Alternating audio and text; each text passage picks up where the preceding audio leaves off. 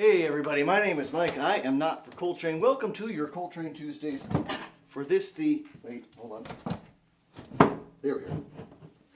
For this the 15th day of August in the year 2023 of the Common Era.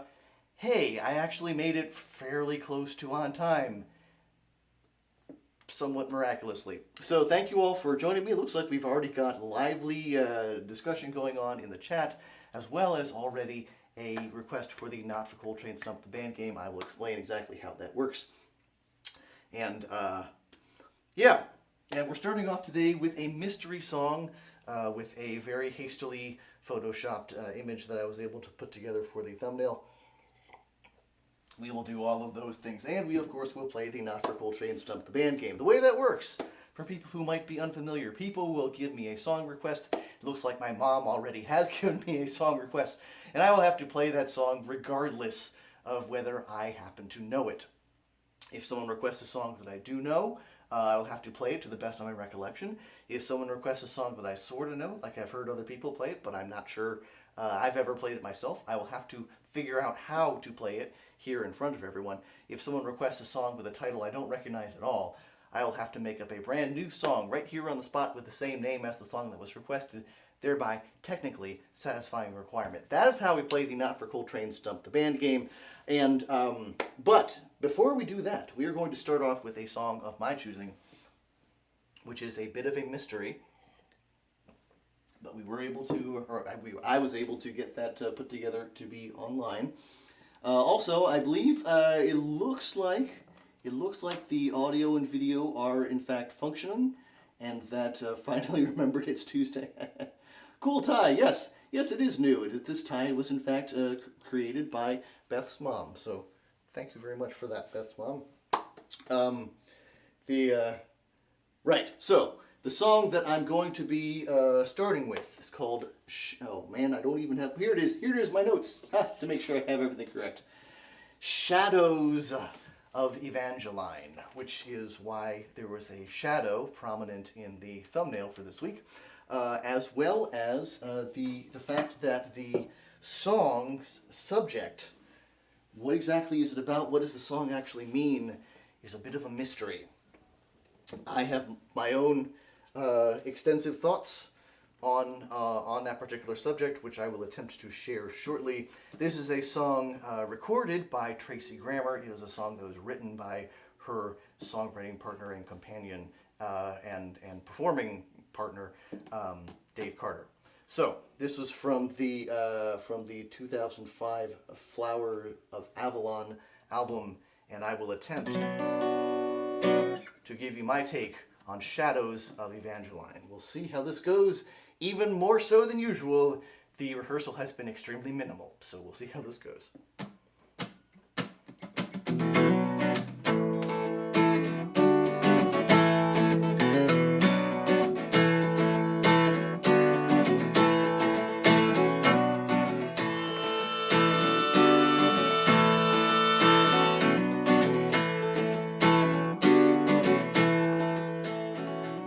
It is rain, it is age, it is poison, supplication to family honor, little children with keys to the temple, red lights and silver dice, waiting for a sun that punishes, seldom shines, living and dying in the shadows of Evangeline.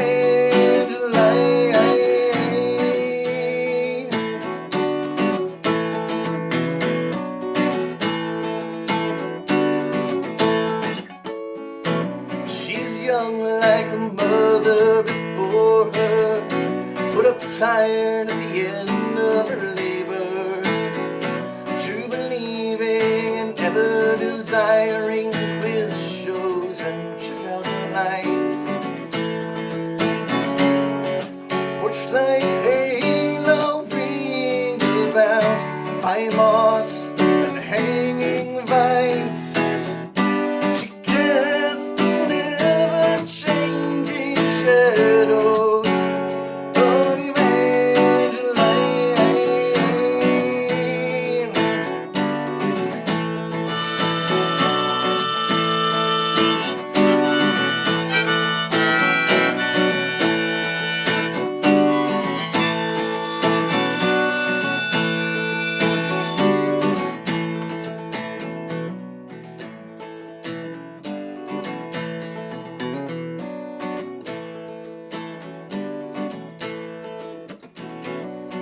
bang and the crash of the factory in a hot cutting season of metal. On the floor, an ocean of contracts to skin drums, shrugging heads. Strange dances long undone go stamping in between the lines. Old gods incarnate in the shadows of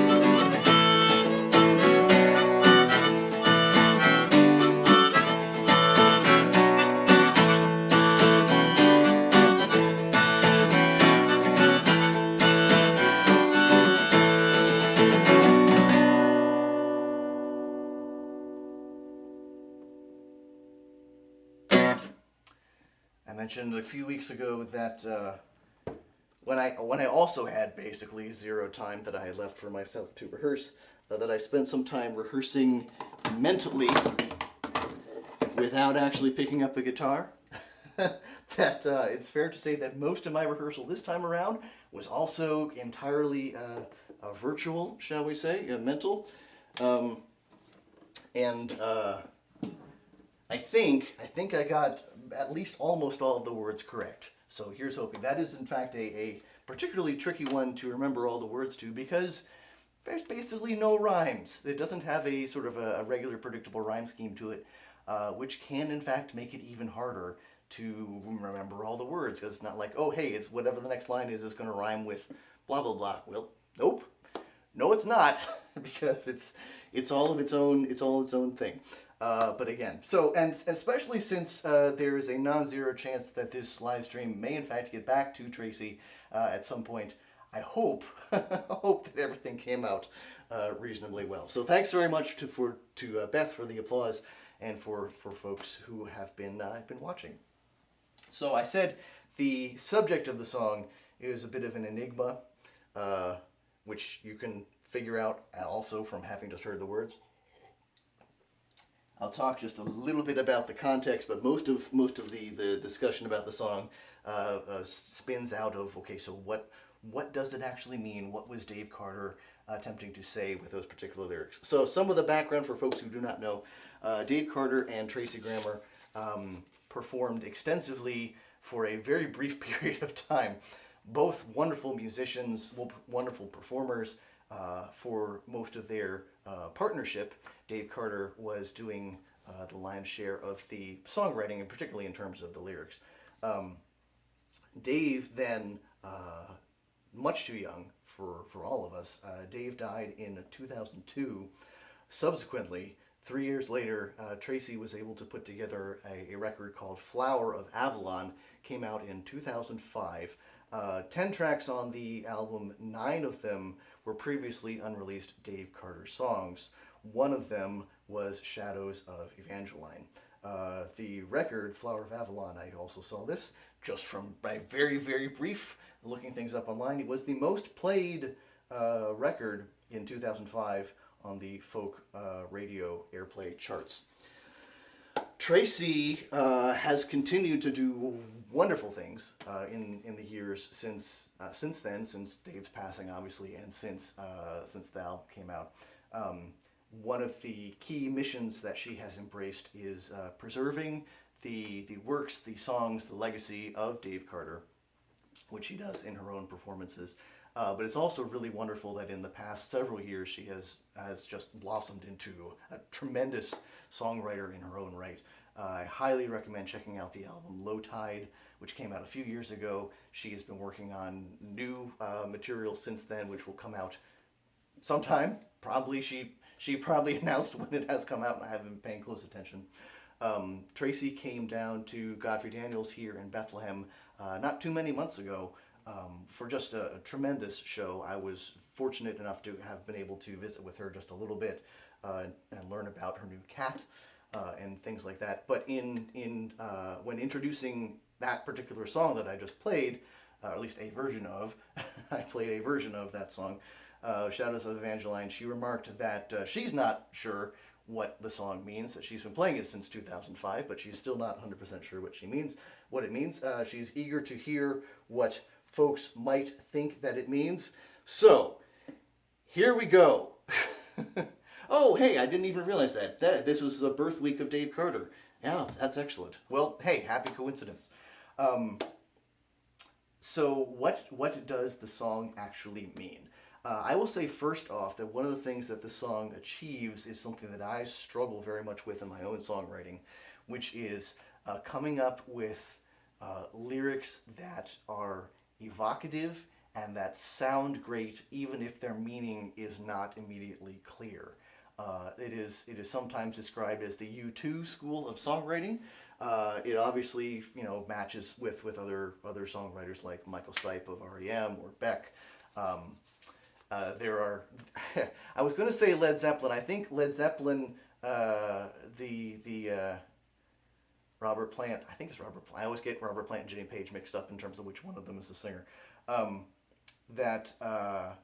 Like they have the words have a very clear literal meaning, but it's like it's a fragment of a story that you don't necessarily see.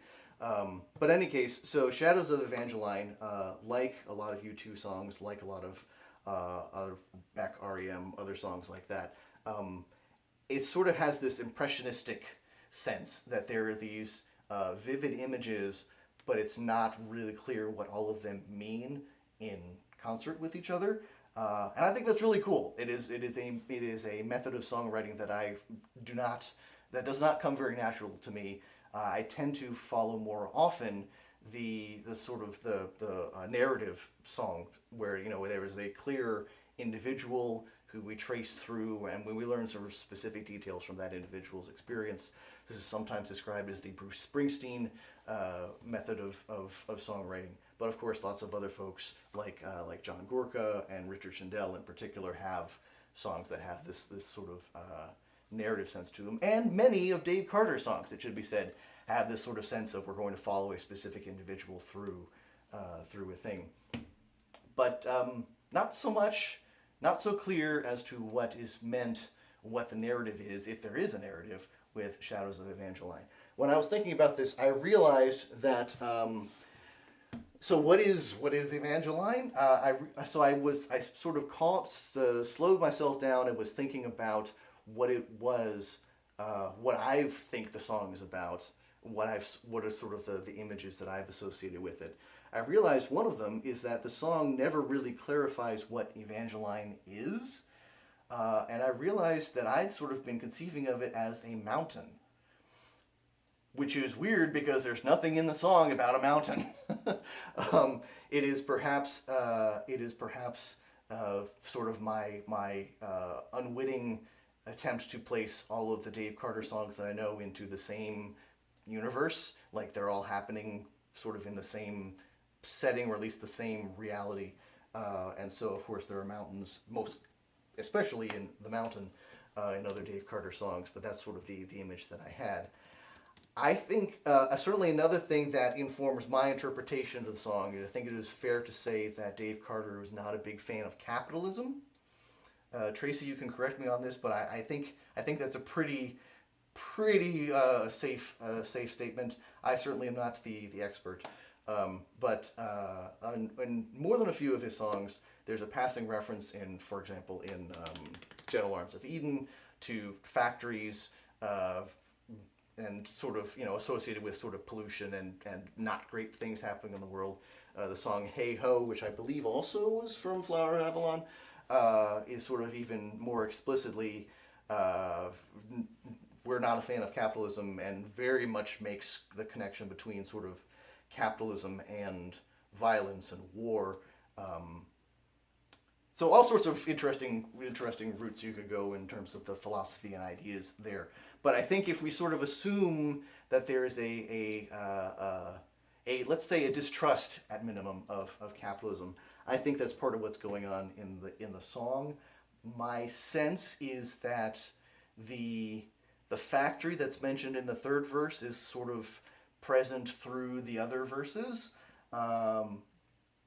It is part of what's going on in the first verse. Perhaps the little children with keys to the temple are maybe short-sighted, narrow-minded folks who are in charge of the factory.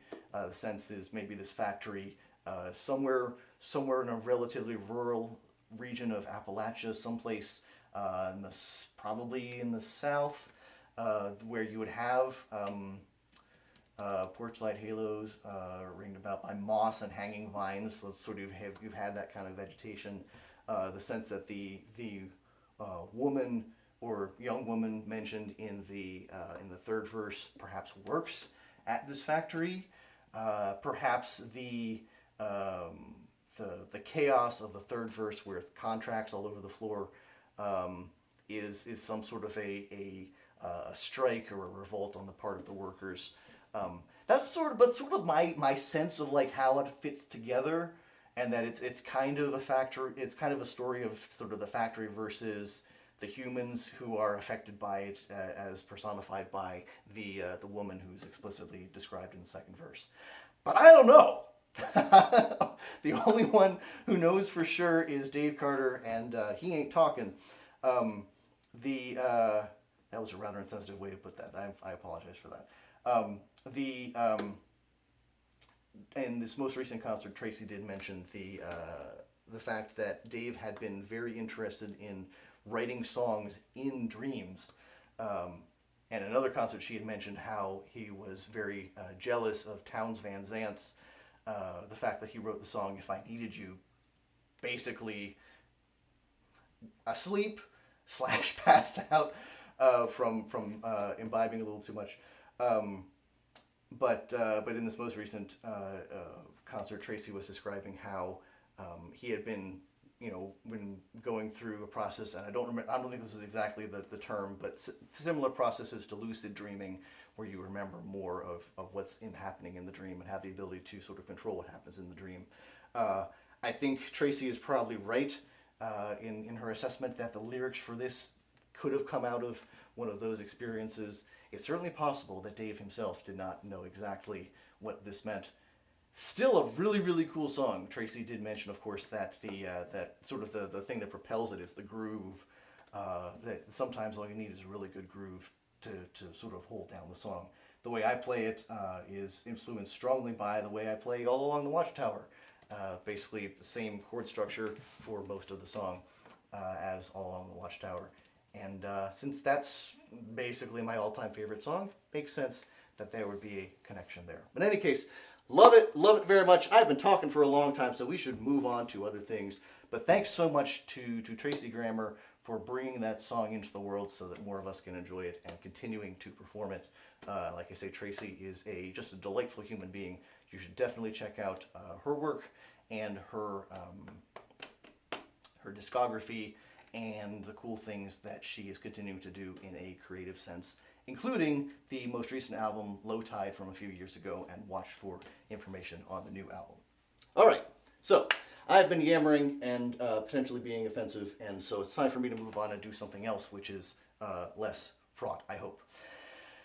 The Not-for-Coltrane Stump the Band game, as I mentioned at the top of the show, works in that I will have to spontaneously respond to song requests that come in, regardless of whether I know them. If the song happens to be one that I know, I will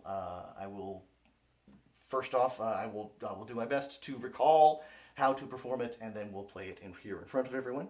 If someone requests a song that I sort of know, like I've seen other people play it before, but I'm not really sure, I've never attempted to play it myself, I will then try to figure out how to play it here in front of everyone.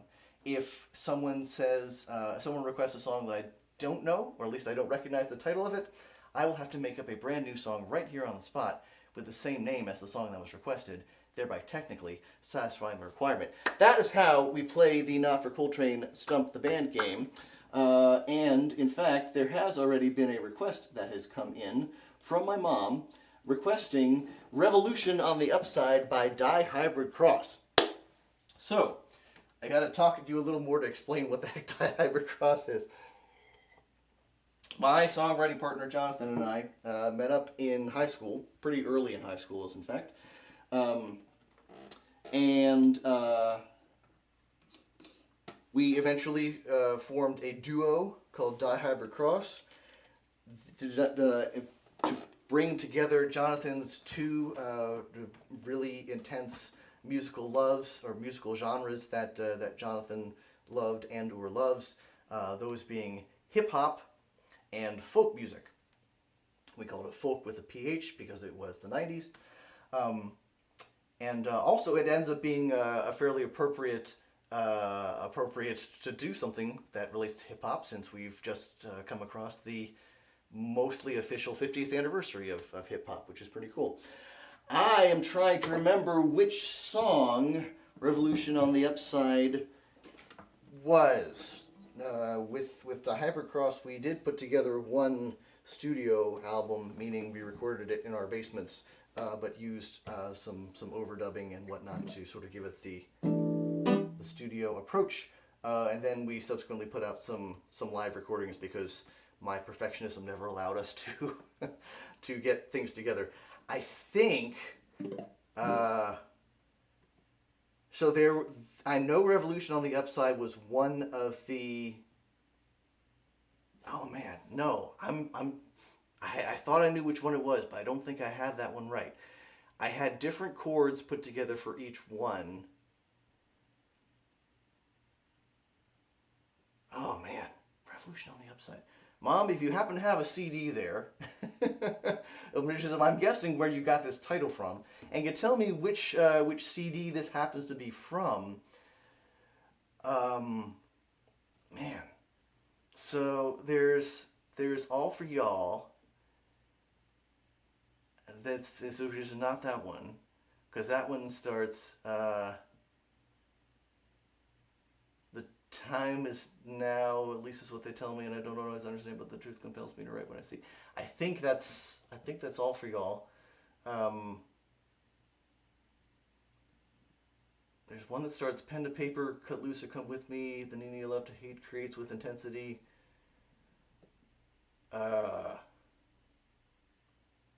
That might be Revolution on the Upside. I'm not sure. Outside the Box is another one that just crossed my mind, but that's not the one. Pacifism was sort of a spoken word bit. Oh, which one? I think, oh man, I'm not even sure what the words were for this one, but I think this one.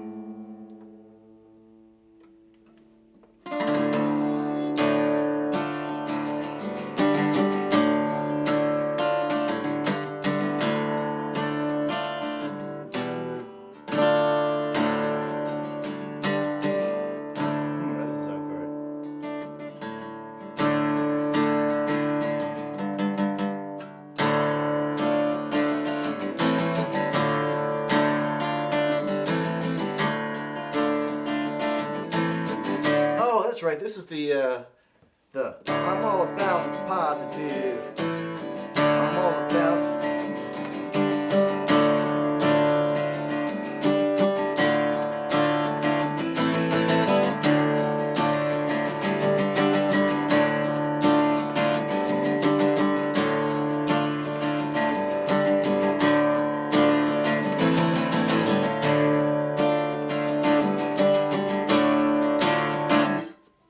So we are going to, this is on Jonathan's wedding gift CD. Sorry, Mike, feel free to do something else. No, we're committed. I appreciate that, Mom. I'm pretty sure, and so the chorus was then, I'm all about the positive. I'm all about getting hugs. I'm all about the positive. I'm all about the love. I'm all about the positive. I'm all about how I feel. I'm all about the positive. This right here is about keeping it real. I believe. Now this will also get back to Jonathan, and he will definitely tell me if this is the correct one. I believe I have the entire, the entire Dihybrid Cross discography on my computer somewhere, so we will, I'll be able to see if this is in fact the one I'm thinking of.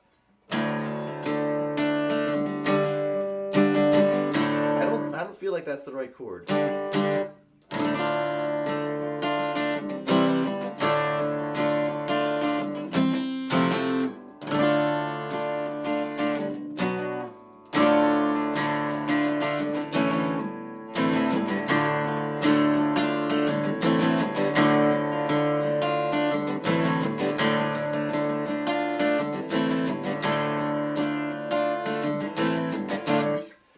And my ability to freestyle rap is not very good. My ability to make up lyrics on the fly is passable. My ability to freestyle rap is minimal.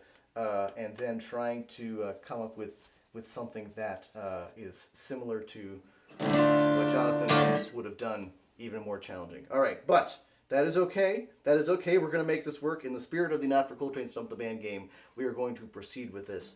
If we assume the song is in D minor, let's see, that would mean the relative major is A, I think. We'll see how that sounds. Jonathan's wedding gift CD. I don't even know what Jonathan's wedding gift CD is. When I visit with my folks in the coming weeks, I'll have to figure out what CD we're actually discussing.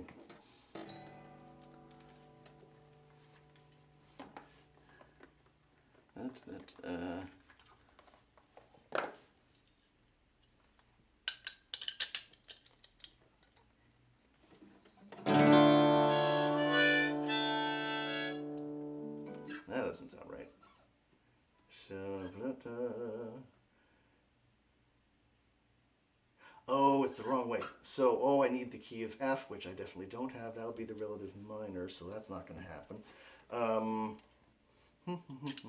The other key, if I were to do it in this key, thank you, yes, thank you, Beth. F is the relative minor. I did eventually get there.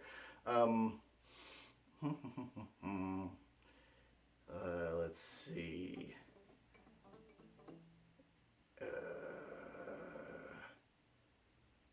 Probably, yes, F is the relative.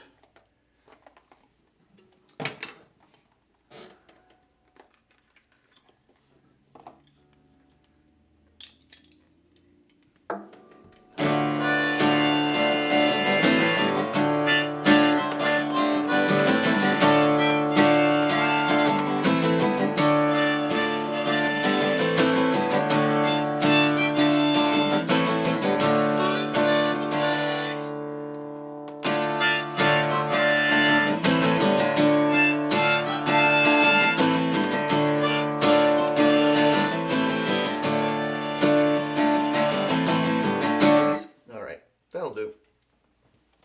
Compilation of songs he and Gina liked and gave as gifts to people attending the wedding. Oh, that's excellent. So it was the wedding favor from Jonathan and Gina's wedding. Very cool.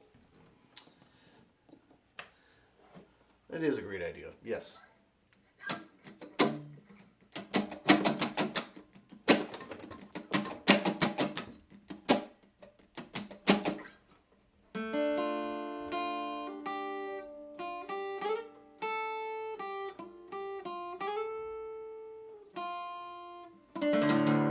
What I did for the intro.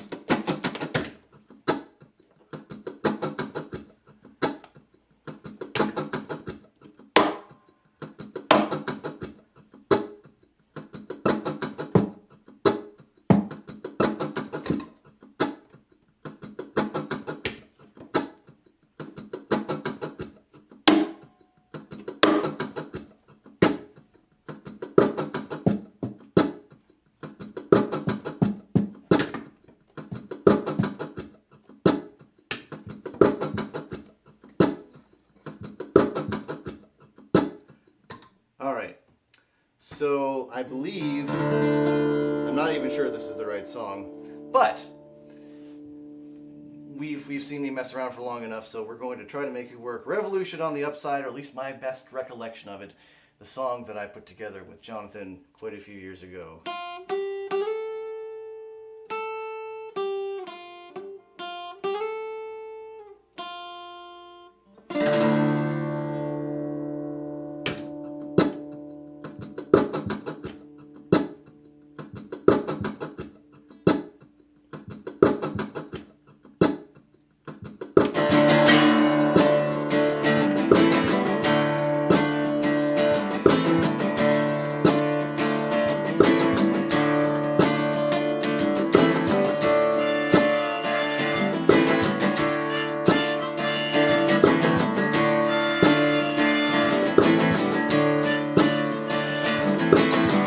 Pen to paper, Calusa, come with me. The meaning you love that it creates with intensity.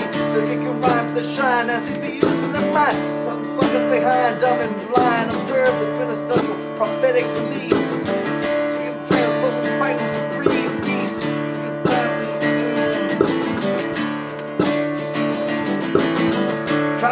Trying to make my own flow, trying to keep it going, trying to keep it going on, and find the words to the break of dawn. Then I can keep it sing my song. Then I've signed my this is my way. Where the things get a look and a head say. When I act, I don't know what I say, but turn to the chorus and I'm all about the positive. I'm all about getting hugs. I'm all about the positive. I'm all about the love. I'm all about the positive. I'm all about how I feel. I'm all about the positive. 'Cause this right here is about keeping it real.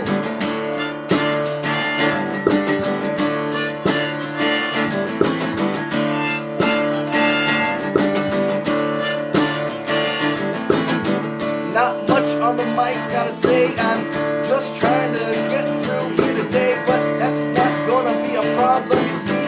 I'm just gonna keep flowing on like this be.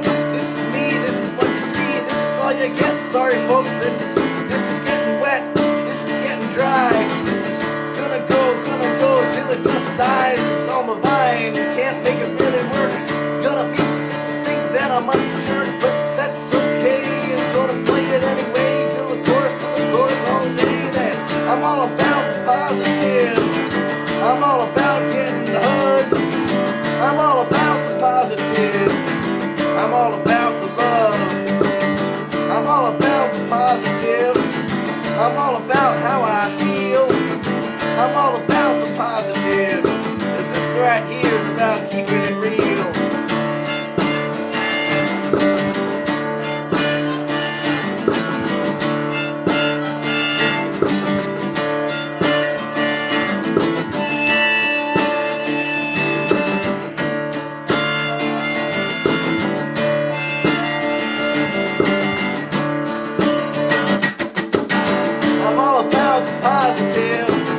I'm all about getting hugs. I'm all about the positive. I'm all about the love. All about the love. I'm all about the positive. I'm all about how I feel. I'm all about the positive. This right here is about keeping it real.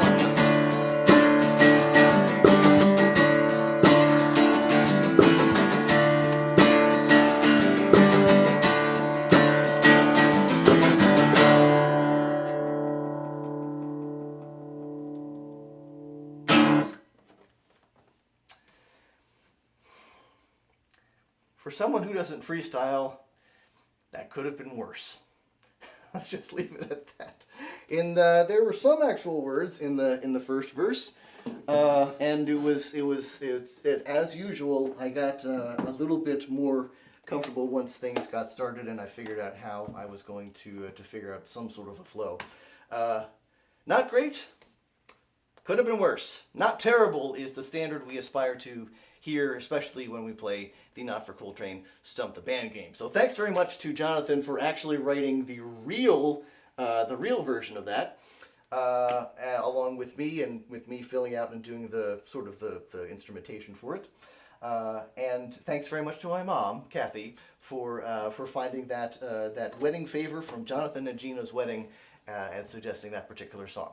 There you go. Thanks so much again also to all of you who are watching, everyone who's watching live, and everyone who's watching the replay from the future, or by me speaking to you here from the past, because that's how recording works.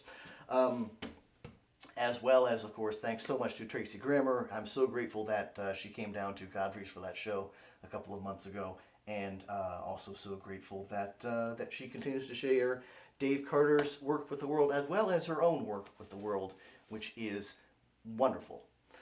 And I think that's all that I have to say. So I'm going to go calm myself down, scrape myself off the ceiling.